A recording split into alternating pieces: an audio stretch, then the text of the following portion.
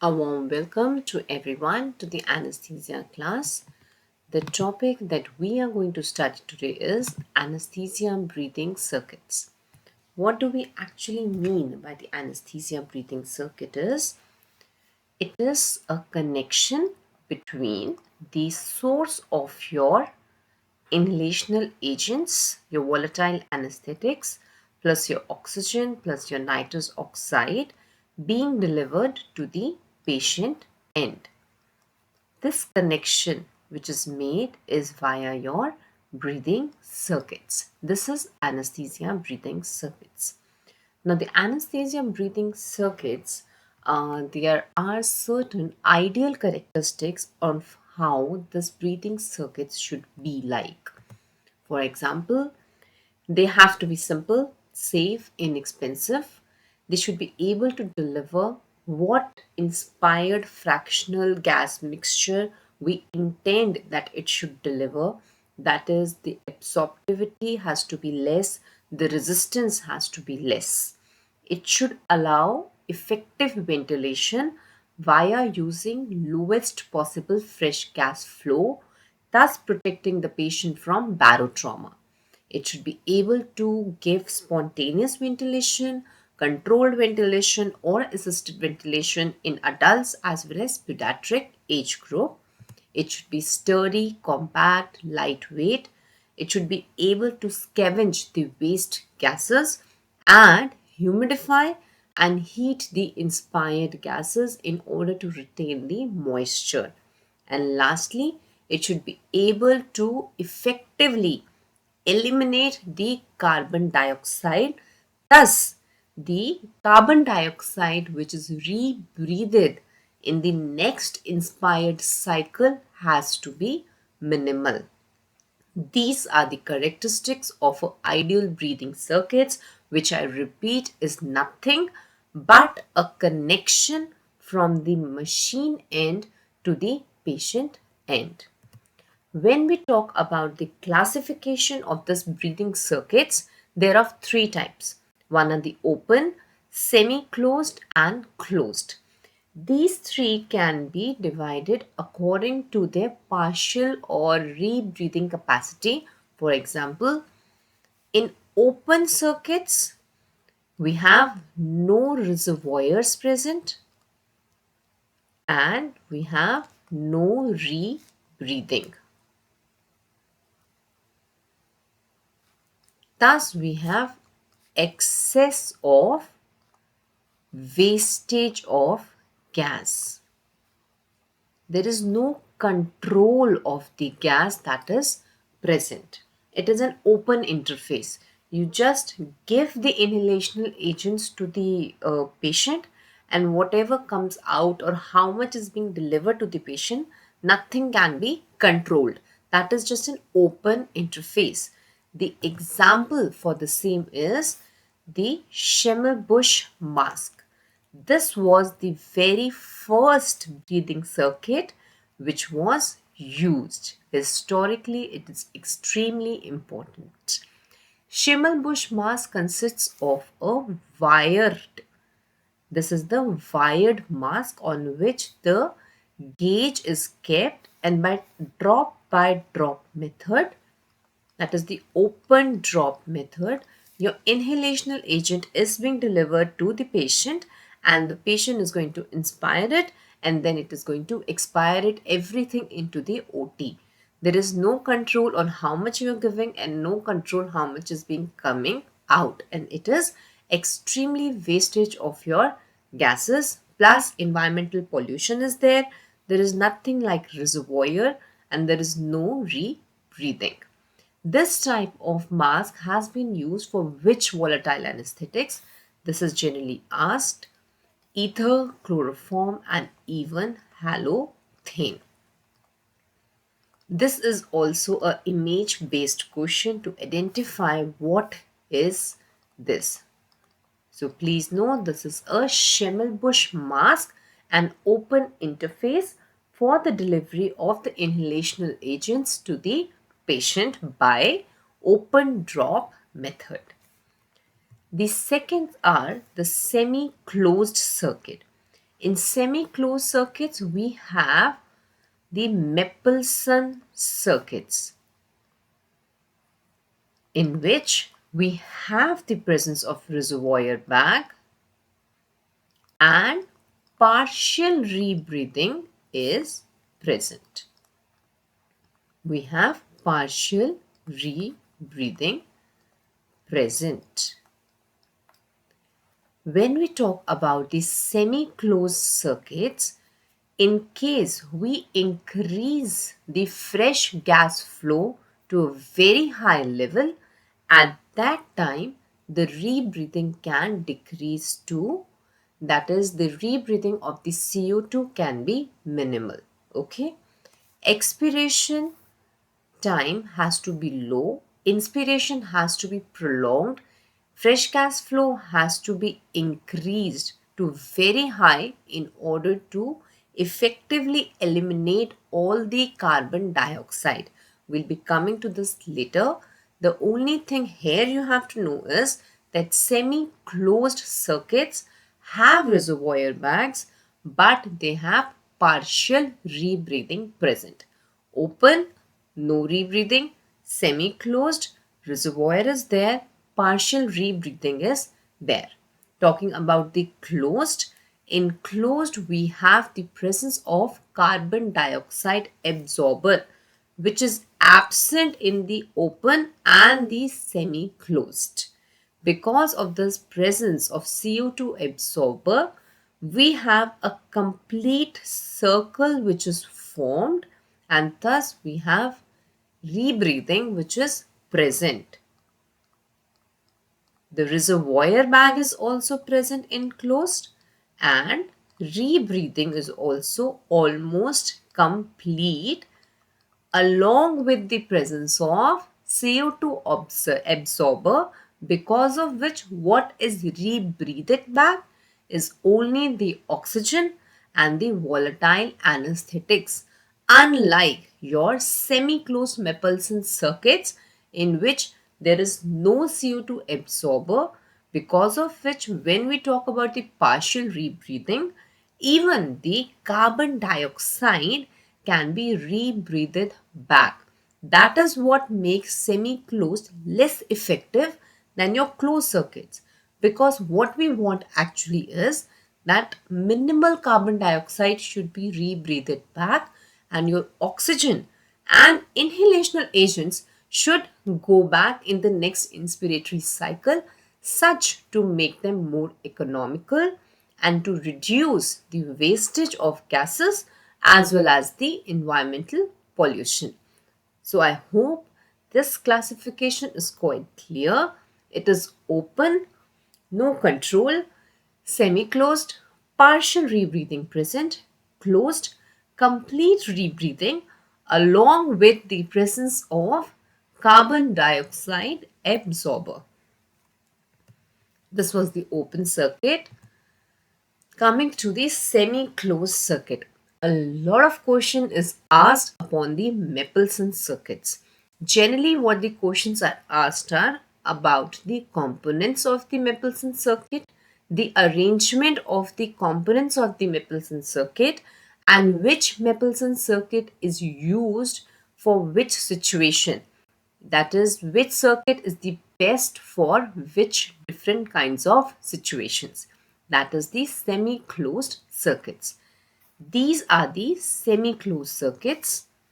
These are the two examples of semi-closed circuits. This is how it actually looks like diagrammatically. See, when we talk about the Mapleson circuit have various components, as it's clearly visible from here. We have a machine end very first, like this is the machine, and in this type of circuit we have a patient end. This is the patient end, this is the machine end. Then we have this corrugated tubing. Please see, the tubing that is present is not straight. It is corrugated in order to, there are two reasons. One, the corrugation is going to increase the surface area. Thus, the area that is available for the exchange of the gases increases. And secondly, because of this corrugable tube, the kinking of the circuit decreases. It gives more flexibility to the tubes. So these are corrugated because to increase the surface area and prevent the kinking. Then we have the presence of reservoir bag. Now what does this reservoir bag do? Uh, See, just imagine this reservoir bag actually gets filled with the gases, right? So this reservoir bag actually helps us in two ways. One, first, it helps to give a positive pressure ventilation to the patient if assistance in the ventilation is required, because it is filled with gas. It's a reservoir of gases, as the name suggests. So the first use of this reservoir bag is to give a positive pressure ventilation to the patient. And secondly, if the patient is on spontaneous ventilation, then the breaths of the patient can be checked by using this reservoir bag. So this reservoir bag is of utmost importance to check the spontaneous breathing, if it is optimal or not, by judging the tidal volume of the spontaneous breathing and the rate of the spontaneous breathing. That all can be judged by just looking or feeling the reservoir bag. And secondly, if it is filled with the anesthesia gases, it can be used to give positive pressure ventilation to the patient during the controlled ventilation. That is your reservoir bags, and these are available in various sizes depending upon the age group that we are dealing with. They are present in 500 ml, 1 liter, 2.3 liter, even 2.5 liters. The question that is important is, what is the maximum pressure which this can generate, because we have to prevent the barotrauma also. So the maximum pressure which can be generated is 60 centimeters of water. This is the maximum pressure generated by the reservoir bag in a Mapleson circuit, and the minimal pressure which is actually present in it is 30 centimeters of water.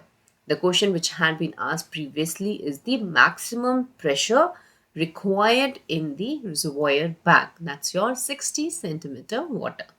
And the last is your APL valves. APL valves are nothing but adjustable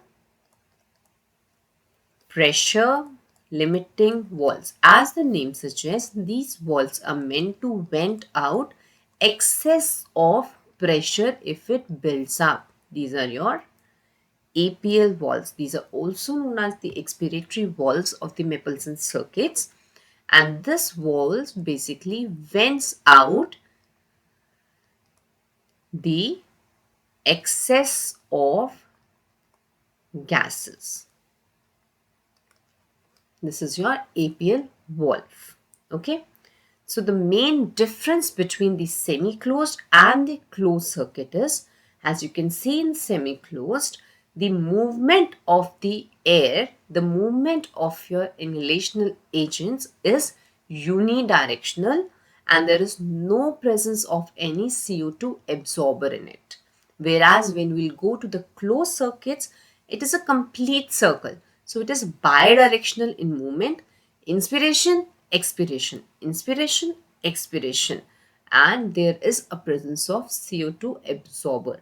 This difference is very important to know for the semi-closed versus closed circuits. Now coming over to the various types of the Mapleson circuit.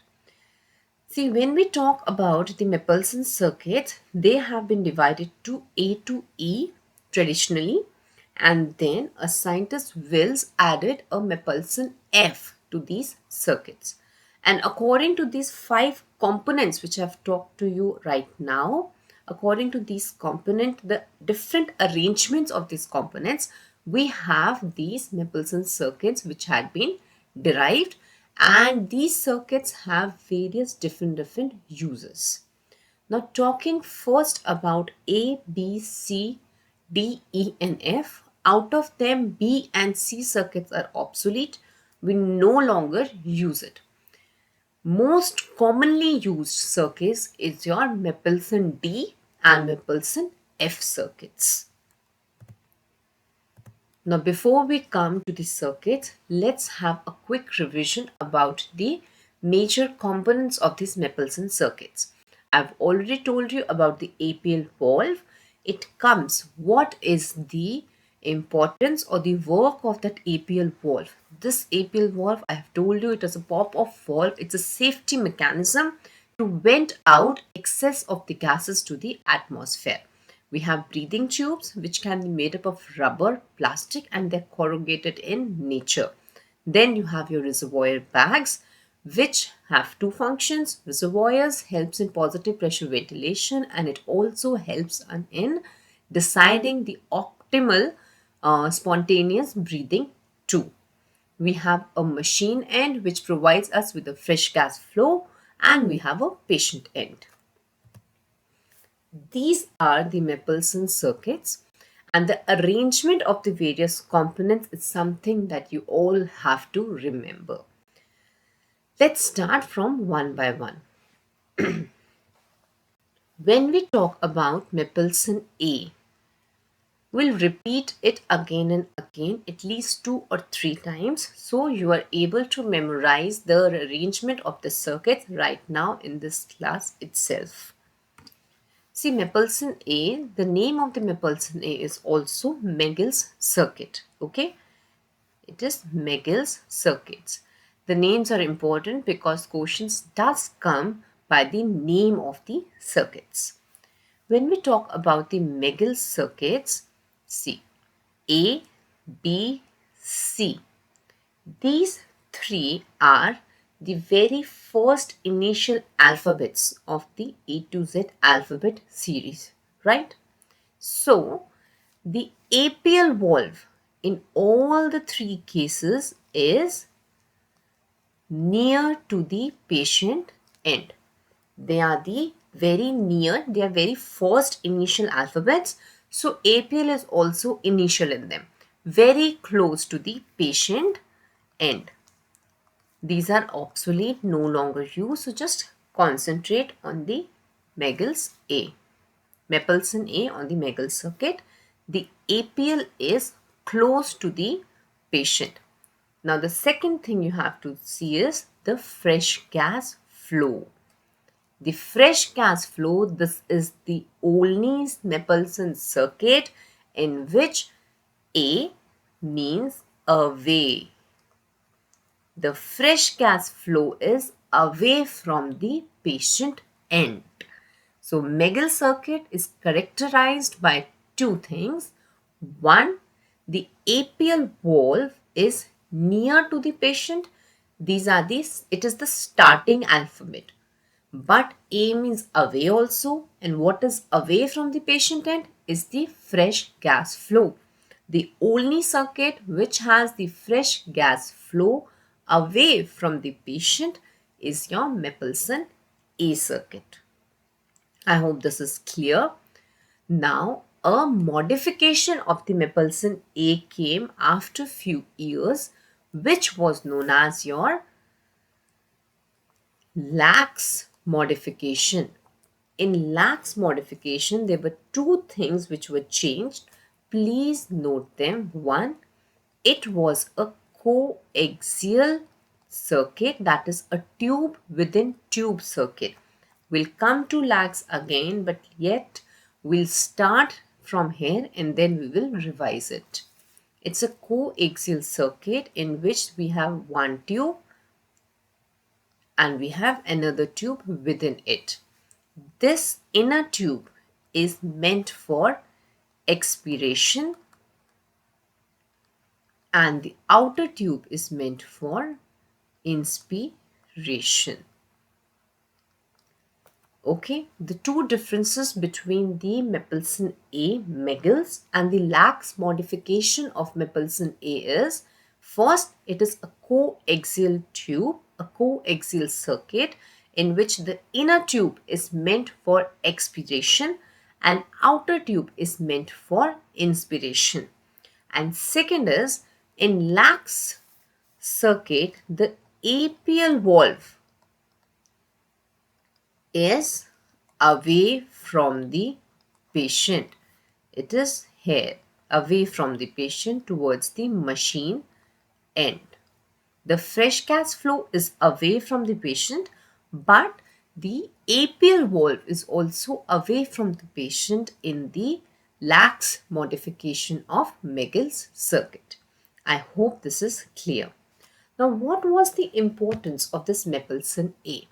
The question that is asked is, Mapleson A circuit is the best circuit for spontaneous ventilation. You need not go into details of the functional analysis of the breathing circuits, but you all have to remember just this thing. Then if we are talking about spontaneous ventilation, that is the patient is taking his own breaths, the best circuit to be used is your Mapleson A circuit. Why?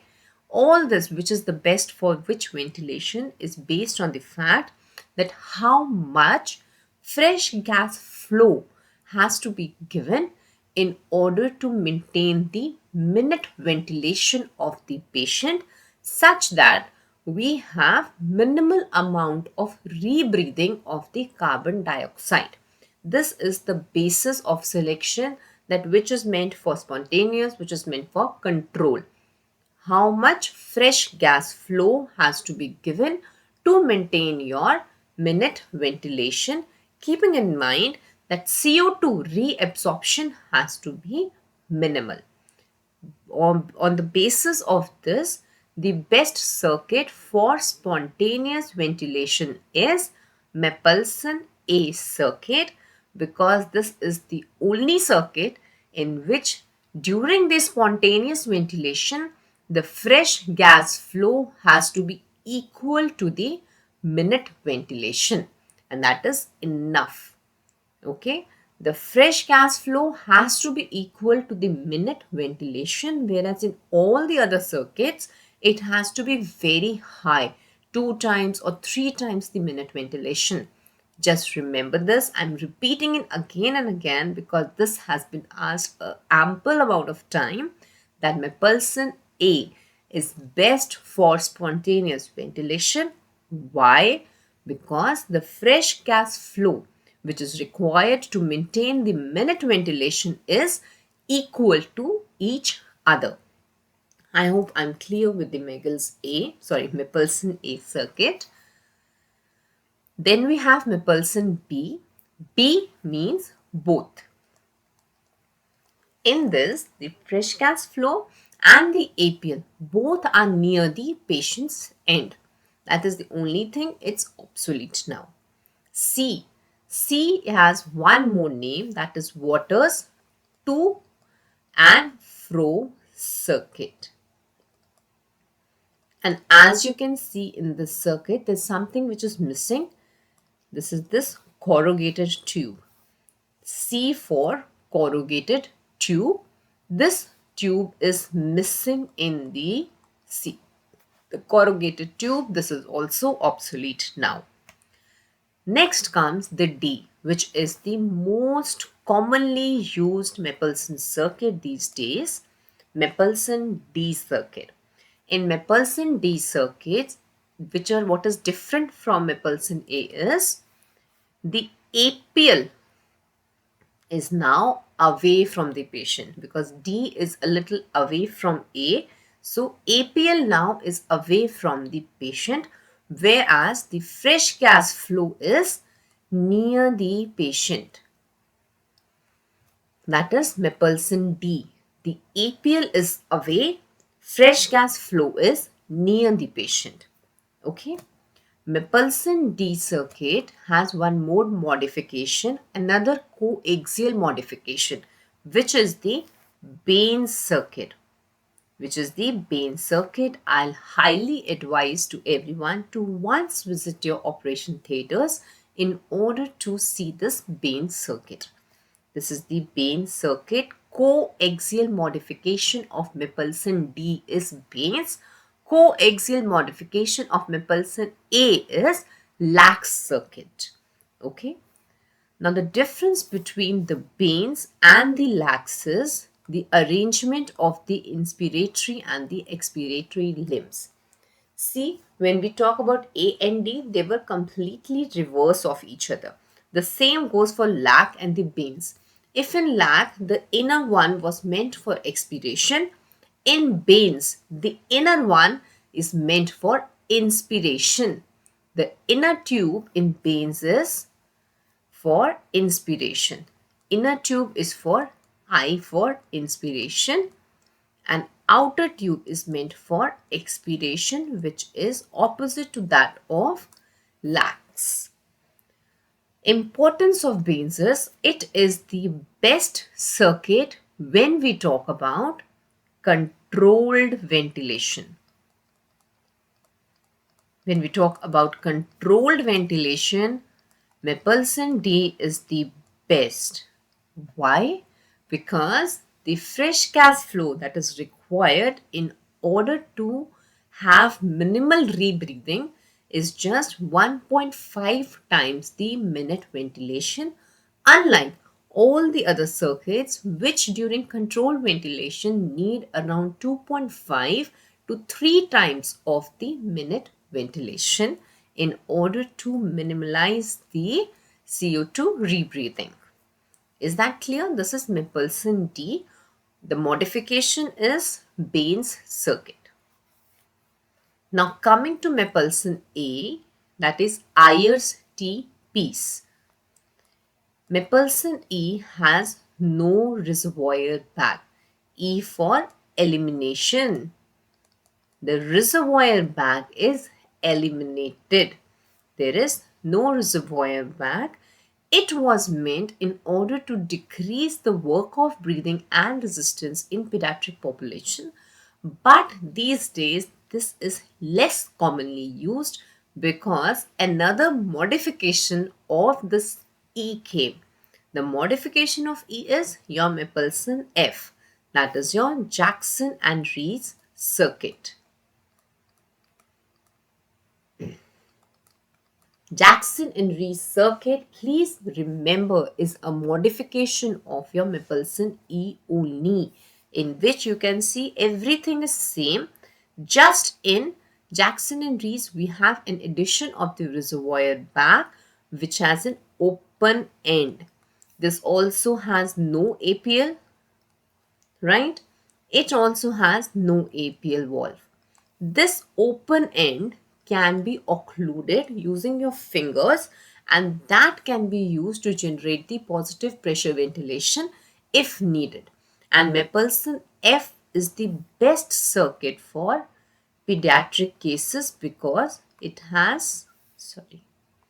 is the best circuit for pediatric cases because it provides least work of breathing and least resistance and minimal dead space for the pediatric patients, whether it is spontaneous or controlled. It is the best for spontaneous ventilation as well as controlled ventilation. I hope the various components of the Mapleson circuits are understandable to all. Now we'll revise it again and again so that to fit this in your memory nicely. ABC are initial. APL is near the patient's end. D, away from the patient's end. And E or F actually do not have an APL valve. But in F, a modification was done that a reservoir bag was added and it was open-ended, which could be occluded using your fingers. Fresh gas flow is only away from the patient's end in one circuit, and that is your Mapleson A circuit. FGF is away. This is the only exception. Coming to type A, Mapleson A, Megal circuit, fresh gas flow, away from patient's end, APL towards the patient end. If you want to see it, this is APL, this is patient end, this is your fresh gas flow. Can you appreciate it? The fresh gas flow is away from the patient end and the APL is near the patient's end.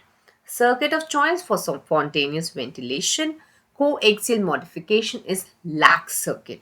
This is the lag circuit, coaxial circuit, in which APL valve is near the fresh gas flow away from the patient end. I already told you about this, and it is coaxial with the inner tubing meant for expiration and outer tubing meant for inspiration. Is that clear to all? And yes, the importance of APL valve, one importance I forgot, other than venting to the atmosphere, this APL valve can also be connected to the scavenging system such that you can reduce the environmental pollution by taking away the expired gases into the scavenging system. A star question here.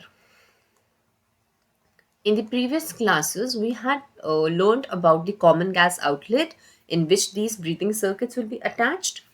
These common gas outlets generally had 15 to 22 mm fittings, right? The scavenging system is a little exceptional to it because it has to be different. You can't connect the scavenging system to your common gas outlet, right? So the fittings of the scavenging system are generally standardized for 19 and 30 mm. So please remember this. The scavenging system fittings are meant for 19 and 30 mm diameters. Okay. Moving forward to type B, B for both are at patient's end, obsolete.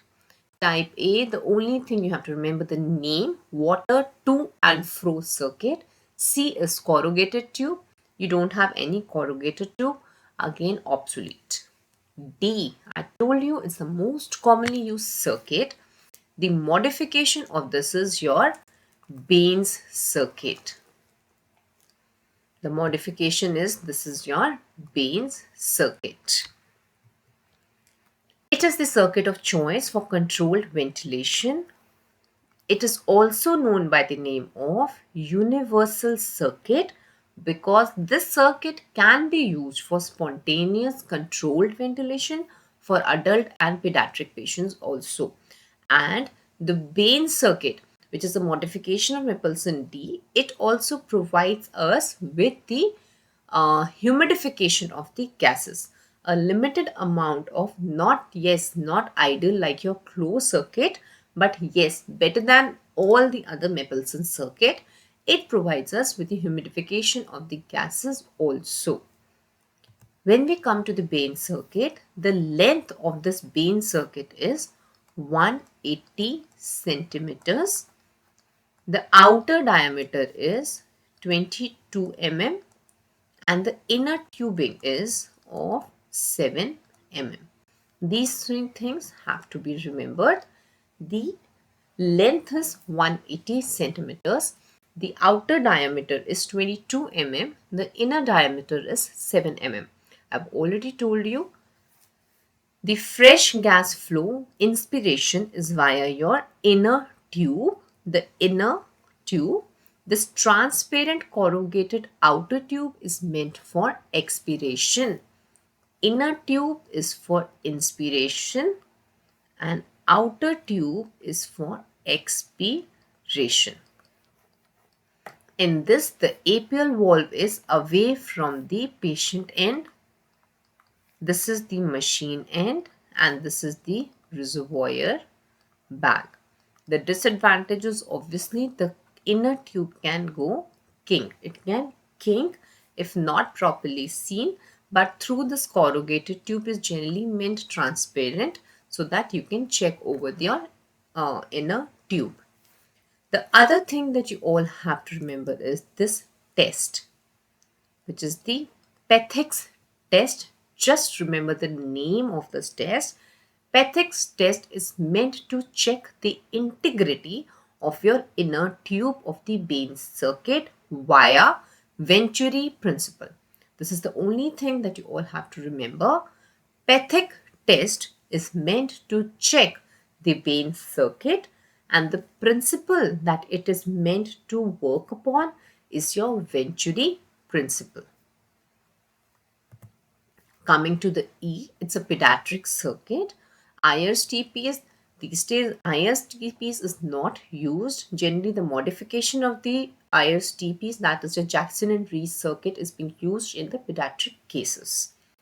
It had only a corrugated tube, a light metal tube of 1 centimeter in diameter and 5 centimeter with the length, with a side arm which was meant for the fresh gas flow, and this was open, right?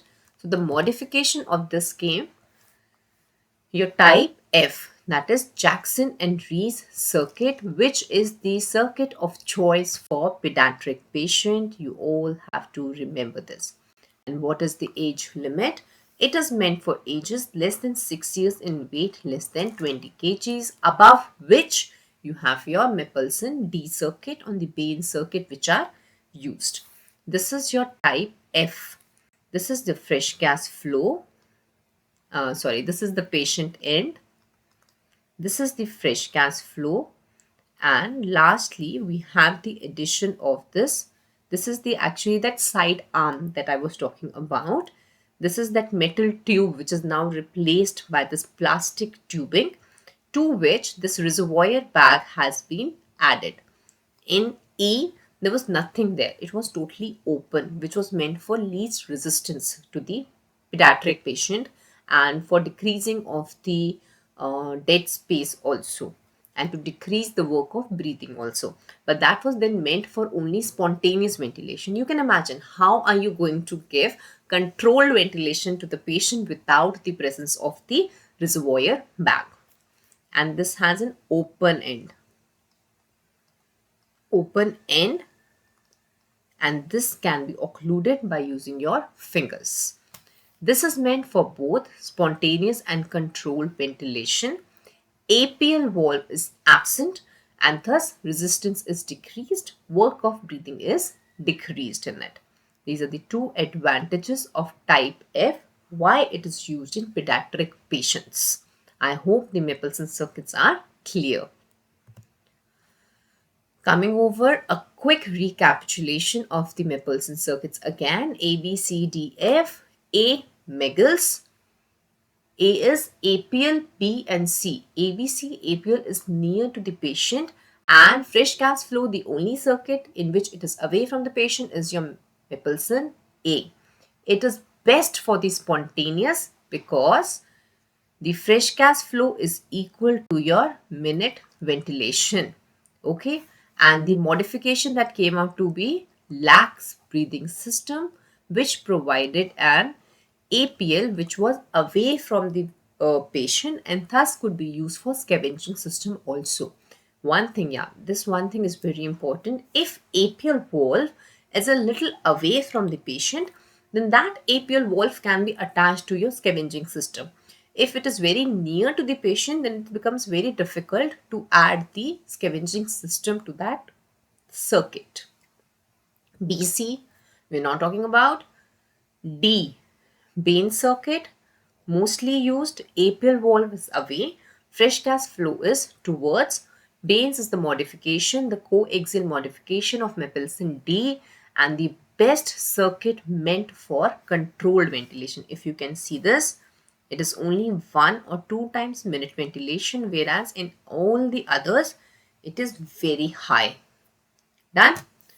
IRS-TPs again not used much. Exhalation tubing should provide a larger volume than tidal volume so as to prevent rebreathing, because there is no reservoir bag that is present. The modification of this is something that is used today in pediatric population. This is the best circuit for pediatric population, that is Mapleson F or Jackson and Rees circuit, in which a reservoir bag was added and with an open end which could be occluded with your fingers. Now, when we talk about the Mapleson performance, I already told you that there are certain factors based on which we decide which circuit is meant for which kind of ventilation. This depends upon the fresh gas flow, minute ventilation. We have already discussed about it. The mode of ventilation. The patient is on spontaneous, the patient is on controlled. Then obviously the age of the patient, the weight of the patient. Then what is the volume of the reservoir bag? That also on that also the performance of the circuit will depend. For example, in pediatric patient, you cannot put a reservoir bag of 2.3 liters. The tidal volume is hardly 120 or 150 ml for those patients. So you have to have an ideal volume of the reservoir bag for the depending upon which patient are you going to deal with. Then the ventilation, it is via mask or ET tube, because on that will depend upon how much wastage of the gases will be there. So the performance of the circuit, which circuit is best for what, will majorly depend upon fresh gas flow, minute ventilation, and the mode of ventilation that we are choosing. These are the fresh gas flow requirements. Again, a table of the Mapleson circuit, which has, one thing I want to show here is Mapleson D.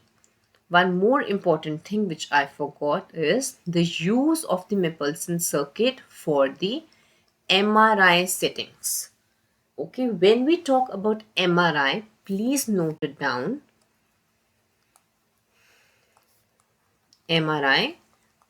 In MRI setting, the best circuit to be used is your Bain circuit, because this circuit's length can be increased by adding the tubings. The length of the Bain circuit will increase. Obviously, with increasing the length, the resistance of the circuit will also increase according to the Hagen-Poiseuille's law, but still it can be useful in certain situations of MRI setting, because taking a closed circuit to such setting is very cumbersome. Mapleson E, Mapleson F, meant for pediatric patients. Then talking about the closed circuit. I hope the Mapleson circuits are clear to all. Efficiency for spontaneous A, controlled D. We have some newer circuits which have been introduced, but still not in much practical use. It is just meant for your knowing purpose, that if the name comes that Humphrey ADE, what is it? It is a type of semi-closed circuit. Humphrey ADE, Penlan, Mira F, and Lax. These all are the newly introduced Mapleson circuits. Coming to circle system. As I've already told, circle system is nothing but a closed, this is a closed system. Okay. It's a closed system, so we have very less wastage, because what happens in circle system is that we have a CO2 absorber. What we have? A CO2 absorber. So inspiration limb, expiration limb. This is your machine end, this is your patient end. Patient expires and we have a CO2 absorber here. So what this does is it is going to absorb all your CO2, and again it is going to recycle your oxygen and volatile anesthetics, and thus decreasing the wastage of the gases and making the system more economical too. And it also helps in the recycling of the heat and humidification. This circle helps us in using what is known as low flow anesthesia, in which the fresh gas flow can be used to minimal, just 500 ml per minute also. We start from 2 liter per minute and we can decrease it up to 500 ml per minute. And thus a lot of wastage of the gases can be reduced. Plus, this system can be attached to your scavenging system also. This circle system can be attached to your scavenging system, again decreasing the environmental or the OT pollution. This is the circle system. Now, what are the components of the circle system? The patient end, in which we have this Y piece, inspiratory limb, expiratory limb. Inspiratory limb is meant for the machine. The fresh gas comes via a inspiratory check valve, which is again unidirectional in nature, to the patient. From the patient via again a expiratory check valve, which is unidirectional. It goes till the apial valve. Here also apial valve has the same, that is adjustable pressure limiting. It helps to provide a positive pressure to the patient and helps in venting out excess of gases if required. We have a reservoir bag.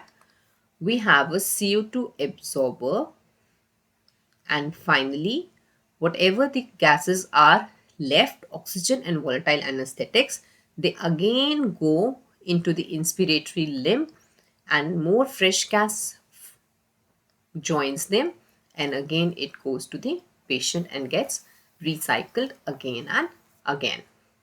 I hope this is clear. Yeah, inspiratory and expiratory limbs are corrugated here.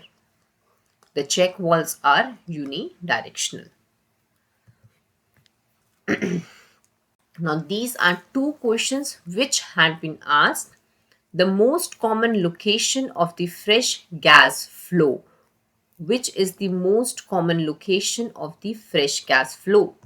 If you can see, the fresh gas flow is upstream of your unidirectional valve. Anything that is towards the machine is always upstream, and anything which is towards the patient, which I explained to you in the anesthesia machine class, anything which is towards the patient is downstream. When we were talking about the arrangements of the flow meter, if you all remember. If not, then please revisit the class again. And anything which is towards the machine is upstream. So fresh gas inlet is upstream of your inspiratory unidirectional valve. And second, which is the most common location of the reservoir bag. If you can see, this is the reservoir bag, which is between your CO2 absorber and your expiratory valve. I repeat, the best position, actually what the machines have done is that various manufacturers have actually interchanged the arrangement of these components also, like the Mapleson. So I am talking about the best possible arrangement of the circle system. Of course, we are not getting into the details of the circle system, but these are the two components which are asked the most. One is your fresh gas inlet and the other is your reservoir bag. The best position for the reservoir bag is between your CO2 absorber and your expiratory valve. Disadvantage. The disadvantage is it is not portable. It's very heavy, and closed system is less efficient when we talk about the spontaneous ventilation. Closed system is very good for controlled ventilation, but for spontaneous ventilation, it increases the work of the breathing of the patient. And Mapleson circuits, the Bain circuit, is always preferred if the patient is spontaneously ventilated. Now coming over to the one of the most important components of the closed circuit. I hope you have understood all the components of the closed circuit. The one component which is very important is your CO2 absorber. This is your CO2 absorber. Now what is CO2 absorber actually? See, the CO2 absorbers are nothing but transparent canisters. They are transparent canisters in which we have granules which are present like this. They could be one canister present or maybe two canisters are present depending upon which type of CO2 absorber are we talking about. And we have various granules like this which are present in this CO2 absorber. And what happens is that from one point, the expired gases enter the CO2 absorber, and the CO2 absorbers are made up of certain special components. Their composition is special. We have different type. The most common is the soda lime that we use. It has like sodium hydroxide, it has potassium hydroxide, it has calcium hydroxide in it, and all of them are then going to react to the carbon dioxide which is present in your expired gas, and eventually this carbon dioxide is absorbed via certain exothermic reactions, and all of it changes will come to the reactions. The CO2 is absorbed in these granules, and eventually CO2 free or very less amount of CO2 is going back to your inspiratory limb, to which your fresh gases will get added, and further dilution of the leftover of the CO2 is done. Obviously, it's never nil, but extremely less. This is what your canisters or your CO2 absorbers are meant to do. That is, they go, they change, they come back without CO2. Talking about the CO2 absorbers, the most common absorber that we use is the soda lime. I repeat, the most common absorber that we use is soda lime, also known as the slaked lime, in which the composition is, you all have to know the composition in this composition, because all the composition comes like a different questions. For example, calcium hydroxide is the main constituent of soda lime. The main constituent of soda lime is calcium hydroxide. Done first. Second, which is most important for the reaction?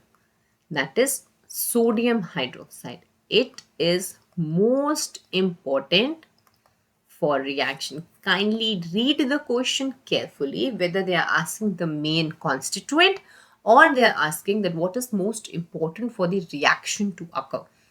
Now, if sodium hydroxide was so important, then why only 4% of sodium hydroxide was given?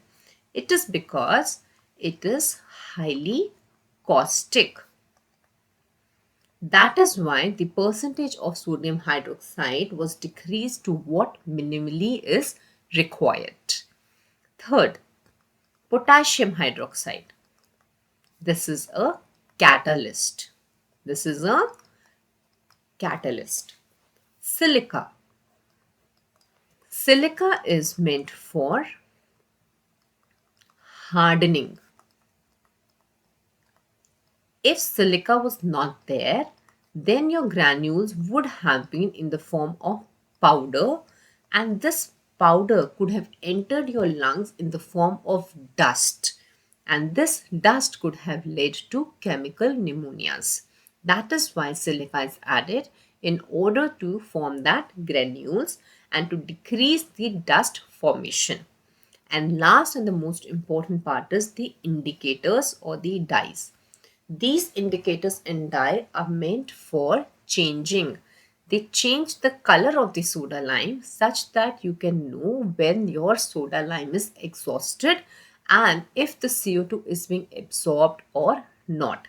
There are various kinds of dyes that are used. We'll come to that later. So indicator is actually meant to check about the efficiency of your CO2 absorber. Now, when we talk about these granules, when we were talking about these granules are in the size of 4 to 8 mesh. The size of the granules is asked. It is 4 to 8 mesh size. They are very small granules in order to increase the surface area, because much the surface area, more will be the CO2 absorption. Then the size of the total granules which are present is 4 to 8 mesh.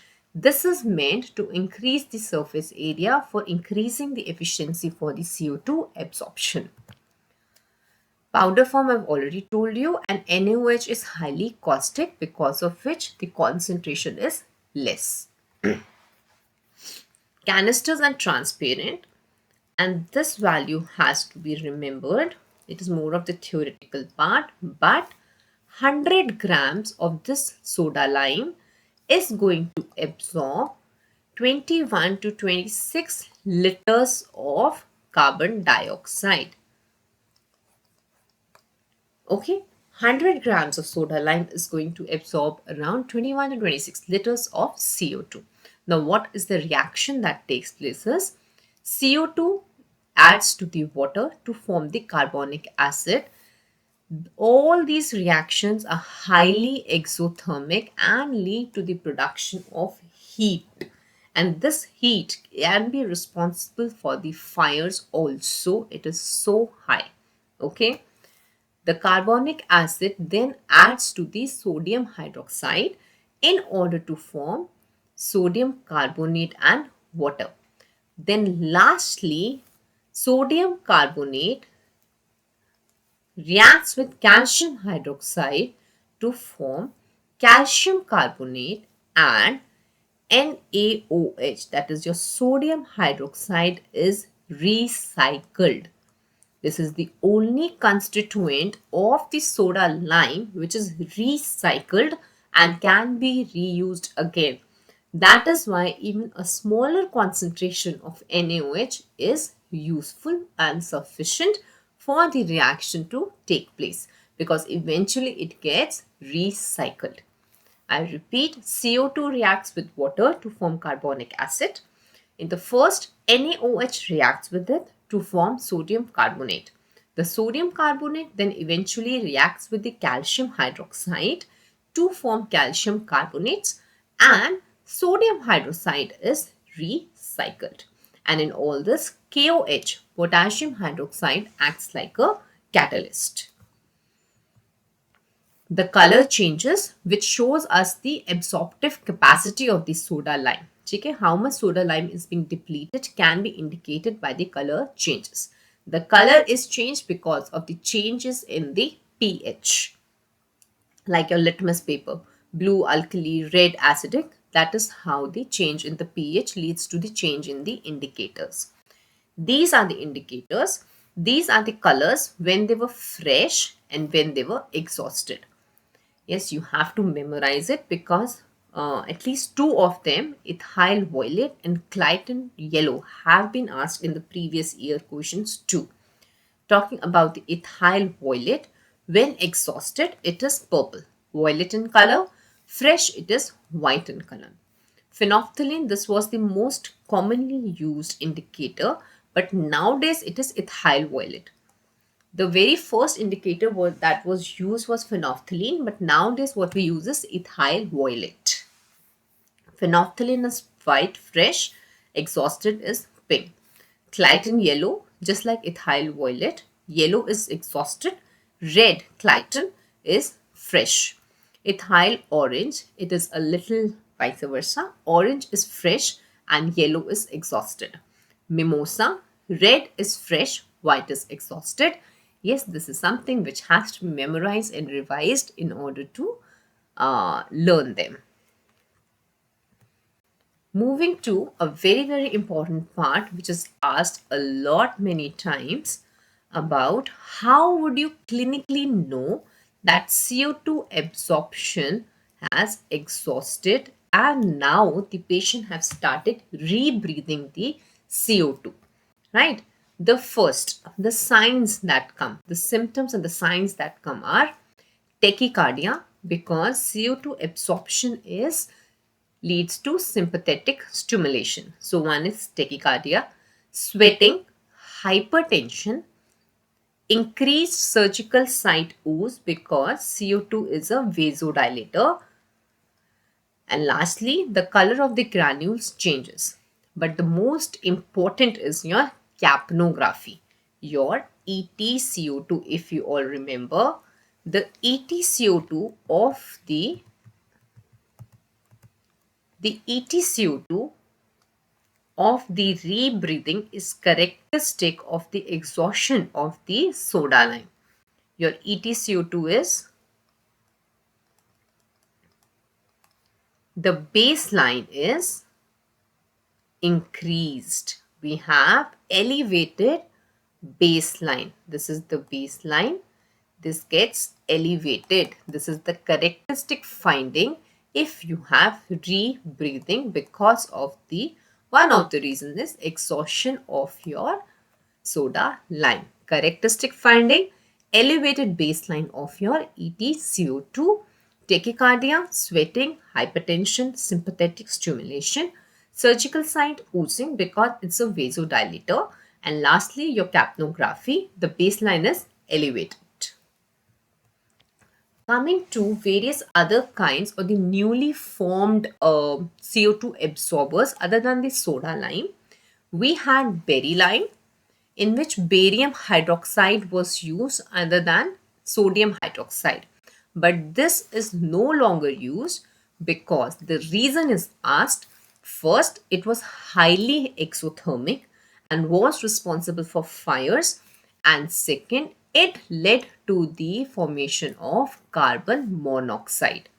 It led to the formation of carbon monoxide. Very high CO was increased, which could lead to hypoxia to the patients. So berry lime was withdrawn. The new ones which are better than soda lime are litholime, that is lithium hydroxide is being used these days, in which we have no NaOH, no KOH. Thus, heat production is minimal.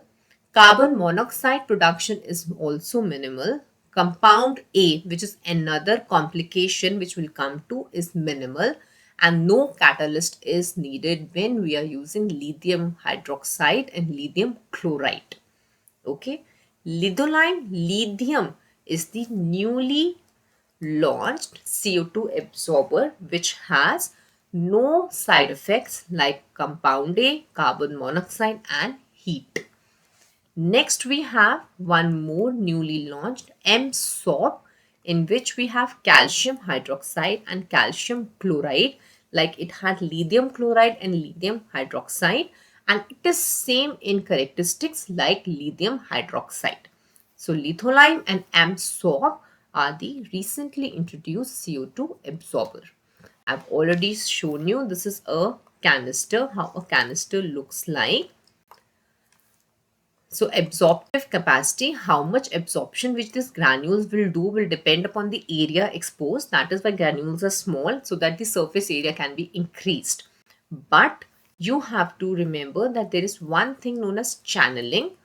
In channeling, what happens is, if there are certain areas which are left here, so the expired gas can get channeled through them and go unchanged to the inspiratory limb, and thus decreasing the absorptive capacity of your CO2. And yes, how much absorption will occur will also depend upon which agent are we using, right?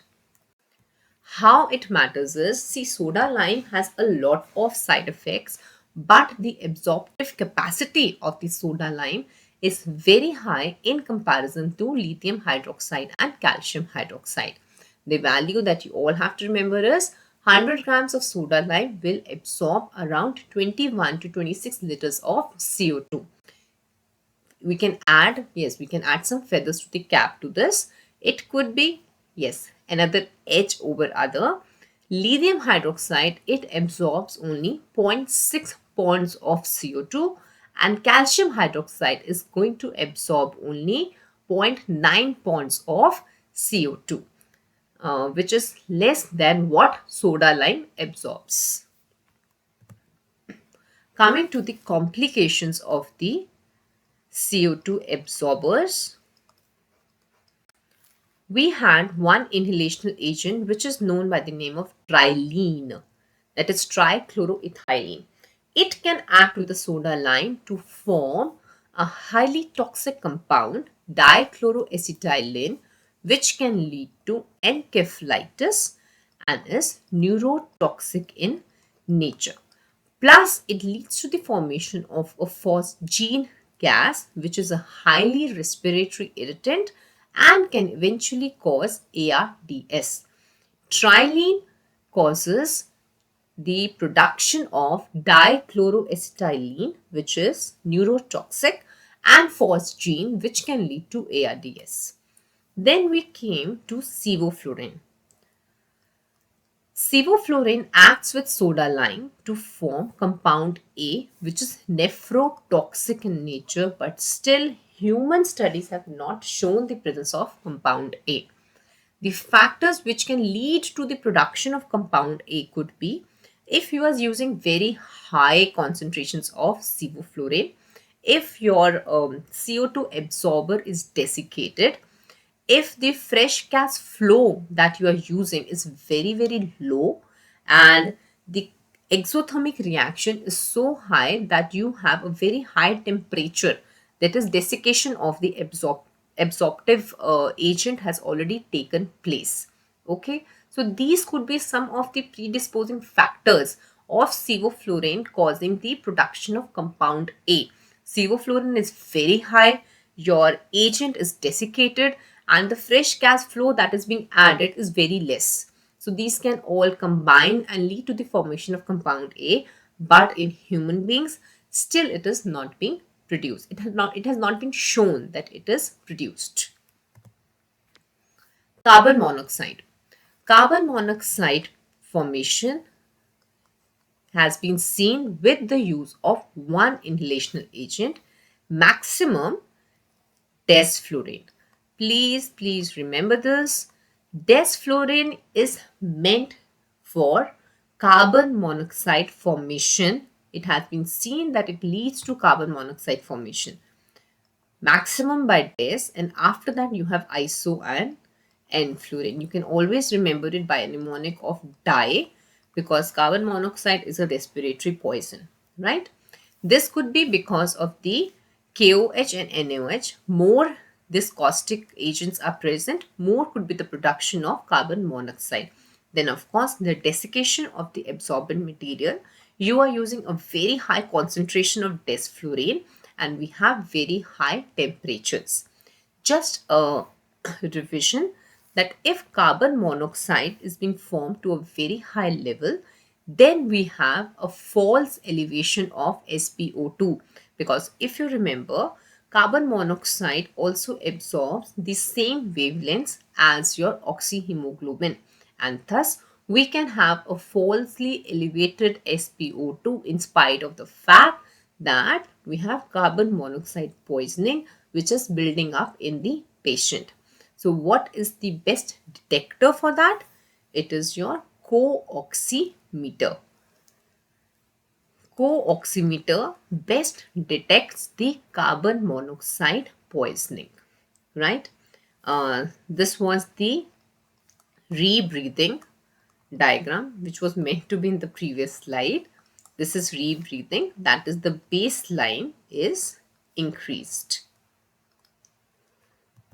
I hope the breathing circuits are cleared.